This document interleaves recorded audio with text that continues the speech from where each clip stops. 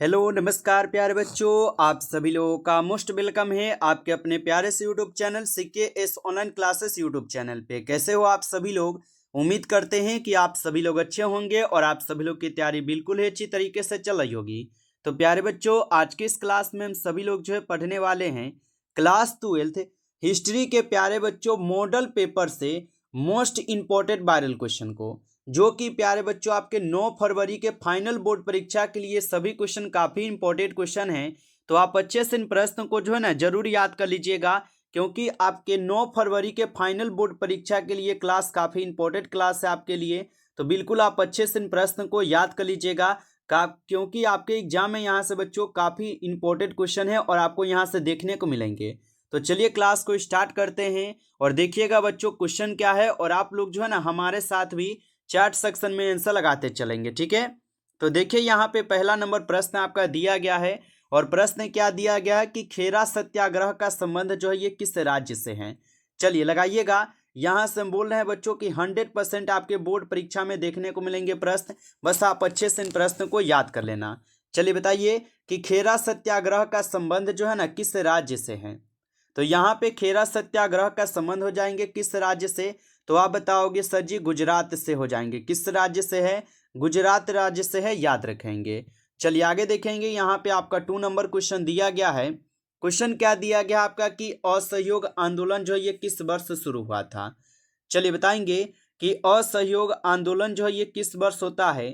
तो असहयोग आंदोलन होता है 1920 में। ऑप्शन बी आपका सही जवाब है, 1920 में हुआ था। आप अच्छे से इनको जो है ना याद रख लेंगे। अगर सब ने अवज्ञा आंदोलन पूछे तो 1930 को भी याद रखिएगा। चलिए आगे देखिएगा। यहाँ पर आपका क्वेश्चन दिया गया है। क्वेश्चन क्या है कि बंगाल विभाजन की जो घोषणा ये किस वर्ष हुई थी। चलिए बताइए बंगाल विभाजन की घोषणा जो है ये किस वर्ष होती है। तो बंगाल विभाजन की घोषणा होती है आपके कब, तो 1905 में होती है। कब होती है? 1905 में। अगर रद्द की बात की जाए तो 1911 में ये रद्द भी हो जाता है, आप याद रखेंगे। चलिए आगे देखते हैं। अगला प्रश्न देखेंगे। यहाँ पे आप लोग का क्वेश्चन क्या आता है। क्वेश्चन आता है आप सभी लोग का 4th नंबर कि डांडी जो है ना किस राज्य में स्थित है। चलिए बताइए डांडी किस राज्य में स्थित होगा। तो याद रखिएगा डांडी स्थित है आपके गुजरात राज्य में। ऑप्शन यहाँ पे आप लोग का 20 सही जवाब है, गुजरात राज्य हो जाएंगे, याद रखना। आगे देखेंगे। यहाँ पे आप लोग का प्रश्न दिया गया 5 नंबर, निम्नलिखित में से महात्मा गांधी जी के राजनीतिक गुरु कौन थे। चलिए बताइए कि निम्नलिखित में से महात्मा गांधी जी के राजनीतिक गुरु कौन थे।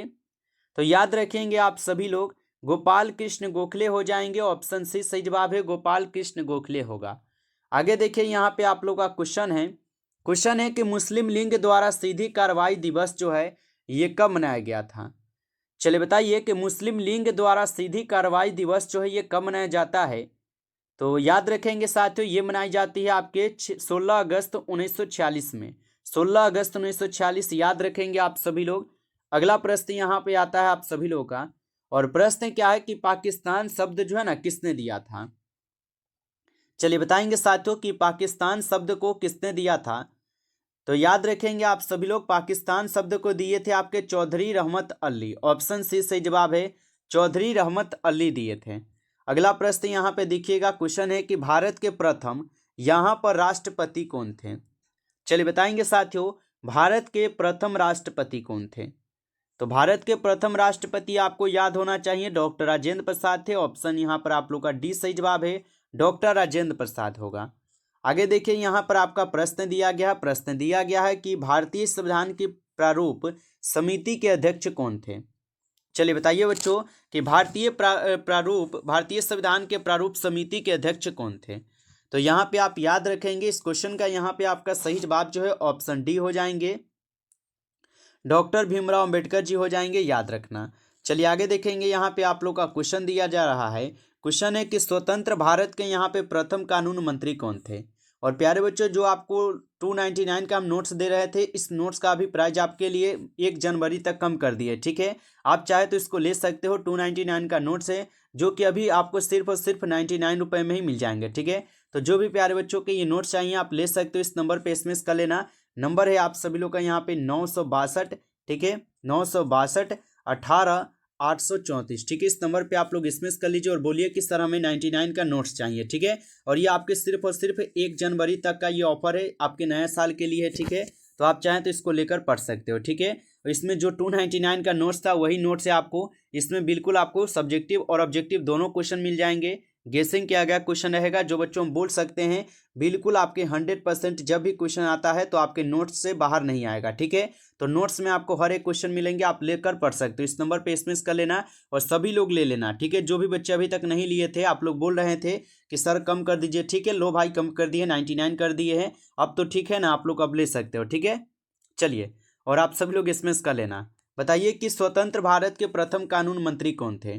तो आप सभी लोग जो है याद रख लीजिएगा। यहाँ पे इस क्वेश्चन का आपका सही जवाब जो है ऑप्शन आप सभी लोग का बी हो जाएंगे, डॉक्टर भीमराव अम्बेडकर जी। आप इसको याद रखेंगे। चलिए आगे देखिए, यहाँ पे आप लोग का प्रश्न दिया गया कि किस महिला संत का संबंध राजस्थान से है। चलिए बताएंगे आप सभी लोग कि किस महिला संत का जो संबंध है ये राजस्थान से होगा। तो आप सभी लोग याद रख लीजिएगा, मीरा का हो जाएगा। ऑप्शन ए सही जवाब है, मीरा का होगा।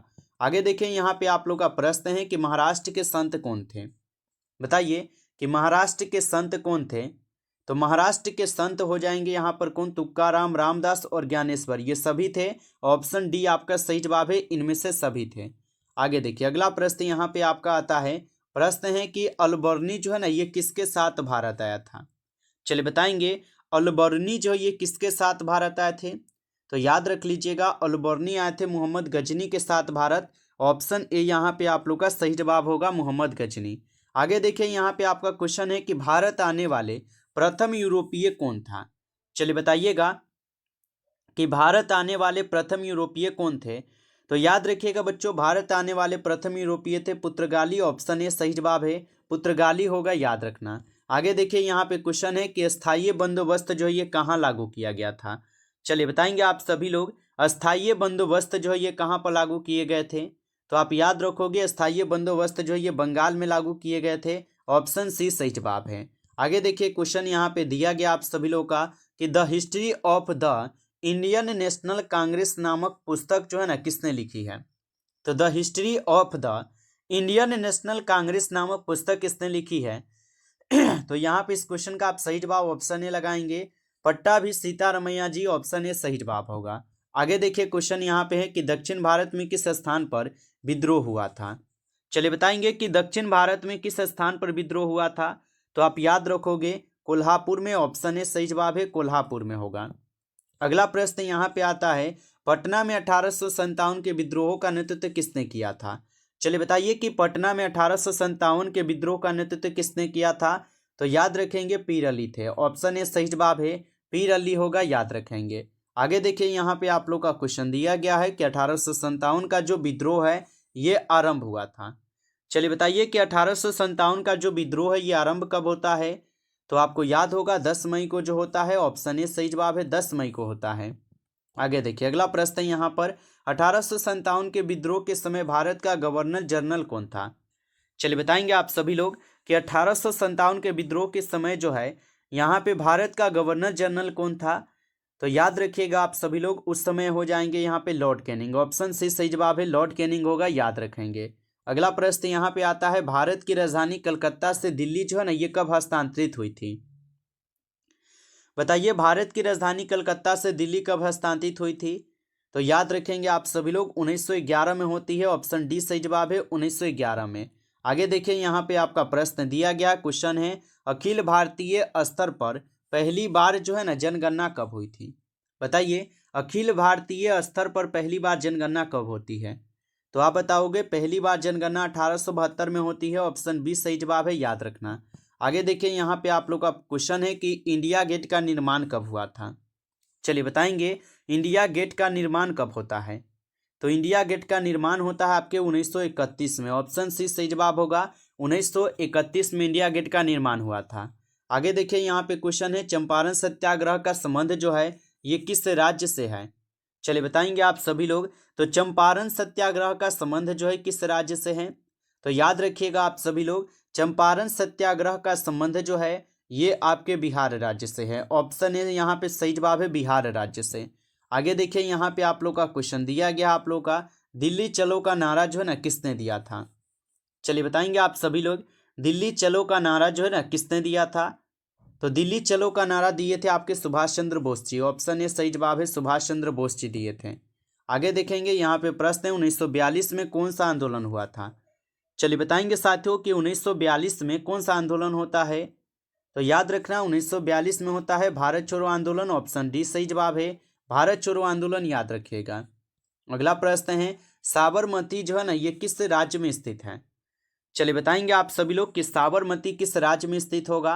तो साबरमती स्थित है आपके गुजरात राज्य में। ऑप्शन सी सही जवाब है, गुजरात राज्य में है, याद रखेंगे। आगे देखिएगा क्वेश्चन यहाँ पे दिया गया है कि साइमन कमीशन जो है ये भारत कब आया था? चलिए बताइए। तो साइमन कमीशन 1928 में भारत आते हैं। ऑप्शन बी सही जवाब होगा।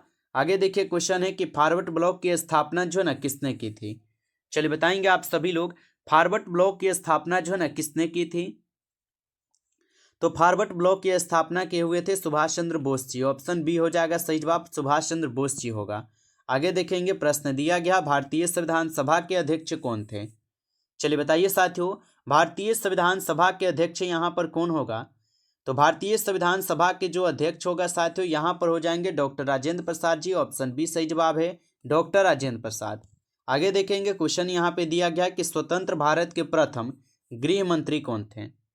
तो स्वतंत्र भारत के प्रथम गृह मंत्री कौन थे? तो याद रखिएगा साथियों ये सरदार वल्लभ भाई पटेल जी हो जाएगा। ऑप्शन ए सही जवाब है, याद रखिएगा। अगला प्रश्न है कि स्वतंत्र भारत के प्रथम उपराष्ट्रपति कौन थे? चलिए बताइए कि स्वतंत्र भारत के प्रथम यहाँ पे उपराष्ट्रपति कौन होगा? तो स्वतंत्र भारत के प्रथम यहाँ पे उपराष्ट्रपति हो जाएंगे doctor S Radhakrishna ji. Option C सही जवाब है, याद रखेंगे। अगला प्रश्न यहाँ पे आपका आता है कि भारतीय राष्ट्रीय कांग्रेस की जो पहली महिला अध्यक्ष थी कौन थी? तो भारतीय राष्ट्रीय कांग्रेस की पहली महिला अध्यक्ष कौन थी? तो याद रखेंगे साथियों ये हो जाएंगे एनी बेसेंट। ऑप्शन ए सही जवाब है, एनी बेसेंट होगा, याद रखेंगे। अगला प्रश्न यहाँ पे आता है आप सभी लोगों का कि व्यपकत के सिद्धांत का जो संबंध है ये किससे था?